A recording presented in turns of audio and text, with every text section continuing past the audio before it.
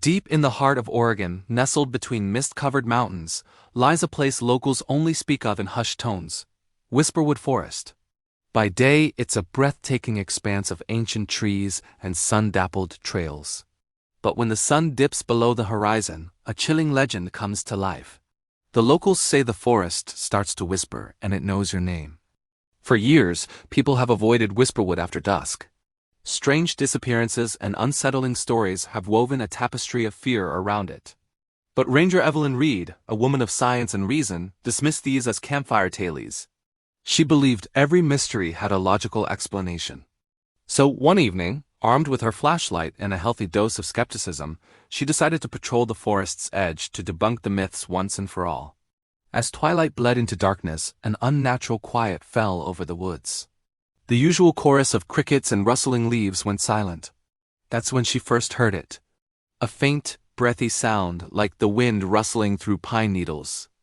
Evelyn, it was her name, carried on the breeze. She froze, her heart pounding against her ribs. She scanned the tree line, her logical mind racing to find a source. An echo? A prankster? But she was miles from any road, completely alone. The whispers grew more distinct, more personal.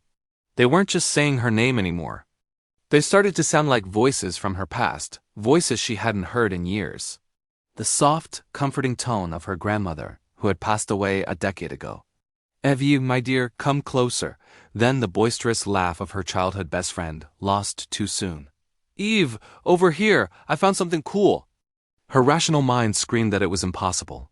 Just auditory tricks played by the wind and her own grief. But her heart ached with a desperate, painful hope.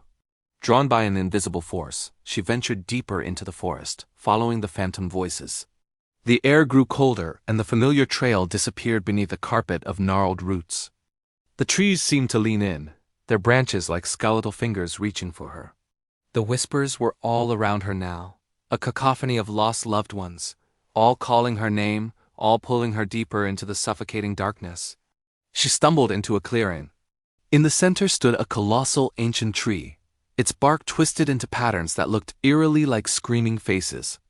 The whispers converged here, emanating from the very wood of the tree. It was the heart of the forest, and it was alive. As Evelyn stared, a new voice joined the chorus, a voice she had tried so hard to forget. The voice of her younger brother, who had vanished near this very forest as a child. "Evelyn, I'm scared. Help me." Tears streamed down her face, but a sudden primal fear cut through her grief. This wasn't her brother. This was a cruel mimicry, a lure. The forest wasn't offering comfort. It was a predator, feeding on sorrow and loneliness. The ground beneath her feet began to tremble, and the branches of the surrounding trees thrashed wildly, no longer beckoning but blocking her path, trying to trap her. Panic gave her strength. Evelyn turned and ran. She didn't look back.